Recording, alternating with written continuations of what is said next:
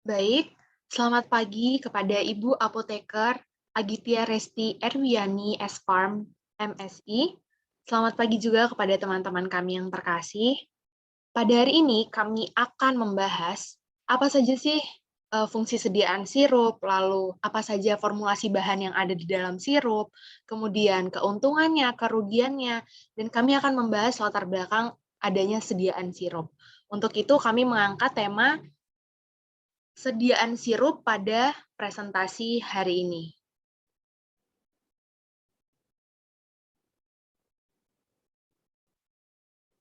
Kami beranggotakan 5 orang dengan kelompok 11 yang berisikan Muhammad Habib dengan NIM 0512011095, Kristilino Sisyadari dengan NIM 0512011096, lalu ada Salsa Kutrunada dengan NIM 0512011097, Anissa Amelia Zahra dengan NIM 0512011098, ada Rati Sanggawati dengan NIM 0512011099.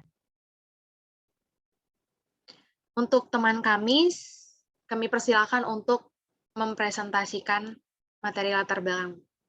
Yang pertama yaitu latar belakang sediaan sirup secara umum. Sirup adalah sediaan pekat dalam air dari gula atau pengganti gula dengan atau tanpa bahan tambahan, bahan pewangi, dan zat aktif sebagai obat. Ansel 2005. Sirup merupakan salah satu produk olahan cair yang dikonsumsi sebagian besar orang sebagai minuman pelepas dahaga. Larutan oral adalah sediaan cair yang dibuat untuk memberi pemberian oral mengandung satu atau lebih zat dengan atau tanpa bahan pemberi rasa atau flavor, pemanis atau pewarna yang lalu dalam air atau campuran. Ada 3 alasan utama dalam memilih bentuk sediaan oral, yaitu bentuk cairan. Cairan memang sudah dikenal dan dikunjungi oleh masyarakat seperti misalnya sediaan obat batuk. Bentuk sediaan sirup dikenal pertama kali oleh Ibnu Sina atau yang dikenal dengan nama Avicenna, ahli farmasi berkebangsaan Persia, dan nama sirup ini berasal dari kata sirap bahasa Arab yang artinya adalah sari gula padi. Yang kedua yaitu ada latar belakang sediaan sirup menurut jurnal. Salah satu pemanfaatan bahan alam adalah dalam bentuk sediaan minuman herbal atau jamu yang diharapkan bermanfaat bagi kesehatan sebagai pangan fungsional. Pangan fungsional yaitu pangan yang secara alami maupun telah melalui proses mengandung satu atau lebih senyawa yang berdasarkan kajian-kajian ilmiah dianggap mempunyai fungsi-fungsi fisiologis tertentu yang bermanfaat bagi kesehatan. Pangan fungsional dikonsumsi sebagaimana layaknya makanan atau minuman, mempunyai karakteristik sensori berupa penampakan, warna, tekstur, dan cita rasa yang dapat diterima oleh konsumen, serta tidak memberikan kontraindikasi dan efek samping terhadap metabolisme zat gizi lainnya jika digunakan dalam jumlah yang dianjurkan menurut BPOM 2001. Contoh minuman herbal atau jamu sebagai pangan fungsional adalah sirup. Pada penelitian ini, bahan alam yang dikembangkan dalam bentuk sediaan sirup adalah kunyit asam. Menurut Rustam dan kawan-kawan, seluruh kelompok dosis ekstrak etanol kunyit mempunyai manfaat sebagai antiinflamasi. Hal ini dikarenakan kurkumin yang dapat menghambat prostaglandin dan menekan aktivitas enzim sikloksigenase menurut Sujarwo 2004. Rimpang kunyit dapat dibuat dalam bentuk sirup karena praktis penggunaannya, tetapi mempunyai rasa pahit sehingga perlu ditambahkan pemanis, menurut Kusumawati dan kawan-kawan tahun 2015. Selanjutnya ada definisi sirup menurut Farmakope Indonesia edisi ketiga. Sirup adalah sediaan cair berupa larutan yang mengandung sakarosa. Kadar sakarosa tidak kurang dari 64% dan tidak lebih dari 66%. Menurut umum, sirup merupakan larutan pekat dari gula yang ditambah obat atau zat pewangi dan merupakan larutan jernih berasa manis. Sirup adalah sediaan cair kental yang minimal mengandung 50% sakarosa. Ada rancangan formulasi sediaan sirup. Yang pertama, komponen kunyit, fungsi bahan aktif dan pewarna, kadarnya 50 gram, CNA, fungsinya pengental, kadarnya 0,5%, Gula pasir atau sukrosa, fungsinya pemanis dan pengental, kadarnya 400 gram. Gula aren atau sukrosa, pemanis dan pengental, kadarnya 50 gram. Asam sitrat, fungsinya buffer atau dafar, kadarnya 50 gram. Kayu manis, pembau atau pengaroma dan perasa, kadarnya 0,5%. Garam, fungsinya pengawet alami, kadarnya Qs. Aquades, fungsinya sebagai pelarut, kadarnya AD 500 ml. Lanjut. Selanjutnya ada manfaat kandungan bahan. Yang pertama, kunyit, bahan utama dan zat aktif pewarna. Manfaatnya sebagai antiinflamasi, mengurangi nyeri pada penderita osteoartritis, mencegah penyakit jantung, meredakan rasa gatal, meringankan gangguan menstruasi, mencegah kanker, mengatasi gangguan saluran pencernaan. Yang kedua, asam sitrat, diperoleh dari daging buah asam jawa sebagai pendapar atau buffer, yaitu penstabil pH +4 sehingga warna sirup tetap stabil dalam penyimpanan dan sebagai perisa untuk memberikan rasa masam.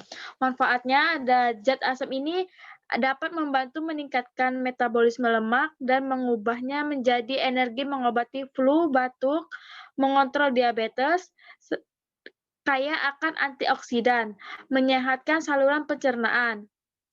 CMNA, zat pengental yang akan membentuk sistem dispersi koloid dan meningkatkan viskositas. Manfaatnya untuk mengentalkan sediaan sirup, membuat pasta gigi, membuat sabun, membuat emulsi, dan bisa juga sebagai stabilisator. Gula pasir, sukrosa, sebagai pemanis dan pengental sirup, manfaatnya membuat tubuh lebih berenergi, menyimpan energi sebagai lemak yang sehat, memperbaiki suasana hati, dan membuat bahagia. Gula aren, sukrosa, sebagai pemanis dan pengental sirup.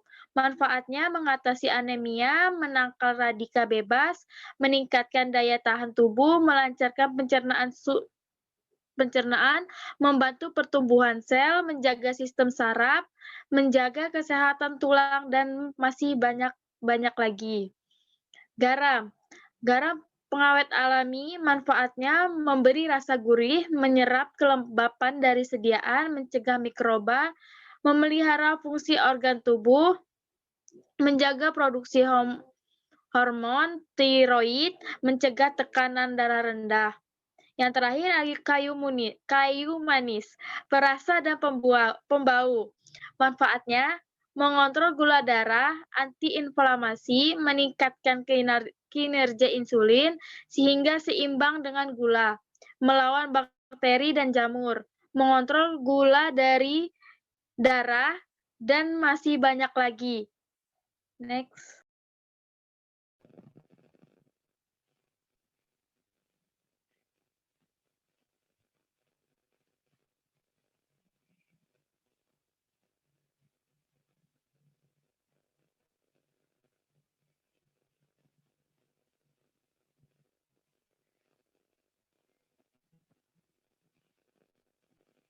Komponen dalam sirup ada beberapa. Yang pertama, gula atau pengganti gula, pemanis, berfungsi untuk memperbaiki rasa dari sediaan.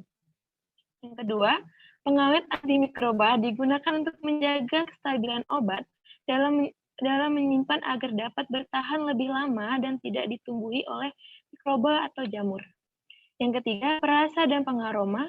Karena sirup adalah sediaan cair, memberi rasa ini harus mempunyai kelarutan dalam air yang cukup. Sedangkan pengaroma ditambahkan ke dalam sirup untuk memberikan aroma yang enak dan wangi. Next. Selanjutnya.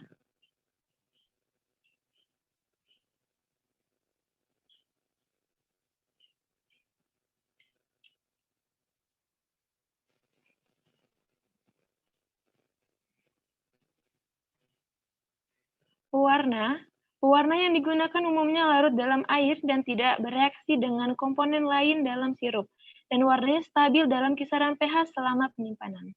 Dan juga banyak sirup-sirup, terutama yang dibuat dalam perdagangan, mengandung pelarut-pelarut khusus, membantu kelarutan, pengental, dan stabilisator. Selanjutnya,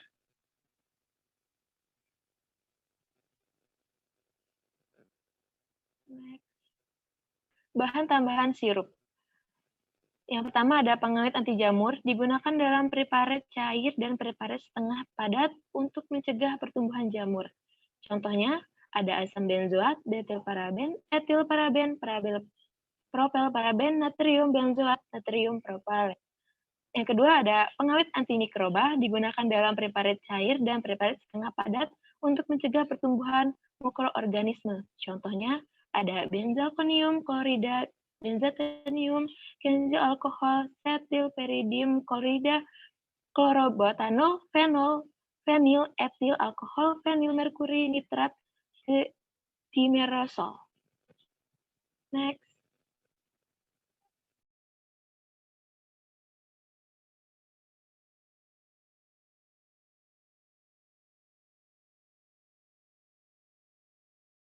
Nah, selanjutnya ada metode pembuatan sediaan sirup. Yang pertama adalah disiapkan alat dan timbang semua bahan yang diperlukan. Selanjutnya, masukkan perasan kunyit ke dalam panci stainless, lalu dipanaskan di atas kompor. Kemudian ditambahkan asam, gula pasir, gula aren, dan diaduk hingga homogen. Lalu ditambahkan garam secukupnya, kurang lebih setengah sendok teh. Setelah gula sudah melarut dan sirup sudah mendidih, dimatikan apinya dan didiamkan sampai sirup menjadi hangat. Kemudian dilakukan uji atau evaluasi sediaan sirup. Baik, selanjutnya ada evaluasi sediaan sirup kunyit herbal. Jadi ada uji organoleptis yang melalui penglihatan visual, seperti mengamati bentuknya, kekentalannya, atau warna dari sediaan sirup tersebut. Kemudian melalui indera peraba, yaitu berkaitan dengan struktur, tekstur, ataupun mengamati konsistensinya. Kayak konsistensinya dia tebal, tipis, haluskah, gitu. Terus lengket atau tidak, gitu. Kemudian melalui indera pembau, seperti mencium aroma di dalam sirup. Misalnya kita mencium aroma busuk, berarti sirup tersebut itu berarti telah mengalami kerusakan. Kemudian melalui indera pengecap, berarti kita merasakan melalui kepekaan rasa seperti mencoba rasa manis, rasa pahit, asam, gurih, dan sensasi pedas ataupun dingin, juga sepat. Kemudian evaluasi sediaan yang selanjutnya, yang pertama ada uji pH. Biasanya sirup itu berada di pH yang stabil jika rentan 4-7. Nah, biasanya dilakukan dengan kalibrasi pH meter, yang lalu ditaruh di kertas, kertasnya dikeringkan, kemudian dicuci dengan air suling dan dicelupkan ke elektroda atau larutan penyangga. Kemudian uji kejernihan. Nah, uji kejernihan ini dilakukan dengan mengamati di bawah menggunakan senter juga, kita mengamati apakah di dalamnya itu ada zat pengotor, apakah di dalamnya itu ada bahan aktif yang mengendap. Gitu. Kemudian ada uji bobot jenis. Uji bobot jenis ini menggunakan piknometer yang bersih dan kering. Harus yang bersih dan kering agar tidak mempengaruhi hasilnya nanti. Kemudian dihitung untuk digunakan untuk menghitung bobot jenisnya menggunakan rumus seperti berikut ini. Jadi bobot jenis sampel itu sama dengan berat sampel yang sebelum diuji dikurangi berat pikno kosong, kemudian berat sampel air dikurangi juga dengan berat pikno kosong. Selanjutnya ada uji viskositas. Nah, uji viskositas ini biasanya digunakan untuk mengetahui kekentalan dari sebuah sediaan gitu. Nah, kalau untuk sirup itu menggunakan viskometer Oswald. Nah, terus setelah digunakan itu biasanya kita menghitung dengan rumusnya yaitu viskositas cairan sampel sama dengan viskositas cairan pembandingnya dikali T1 dikali massa jenis cairan sampel dibagi T2 dikali massa jenis cairan pembanding. Kemudian volume terpindahkan. Jadi ini diuji misalnya sediaan dimasukkan nih ke dalam 60 ml botol sirup yang sudah dikalibrasi. Kemudian sirupnya dimasukkan, lalu dipindahkan lagi ke dalam gelas ukur. Jadi kita mengukur berapakah total sediaan sirup yang berhasil mencapai gelas ukur. Karena kan pasti karena sirup kental, jadi dia masih menempel di dalam gelas di dalam botol 60 ml tersebut. Selanjutnya, berikut ada hasil evaluasinya dari sediaan sirup kunyit asam, dan yang dipakai di jurnal ada 4 uji. Yang pertama, uji organoleptik. Nah, uji ini meliputi rasa, warna, bau, bentuknya. Hasilnya itu diperoleh sediaan sirupnya itu kuning kecoklatan dan pekat. Dan tidak terjadi perubahan saat sudah disimpan selama 2 minggu, baik pada suhu dingin maupun suhu ruangan. Kemudian di uji pH, itu pH-nya stabil karena tadi dia pakai buffernya asam sitrat, jadi dia tetap stabil.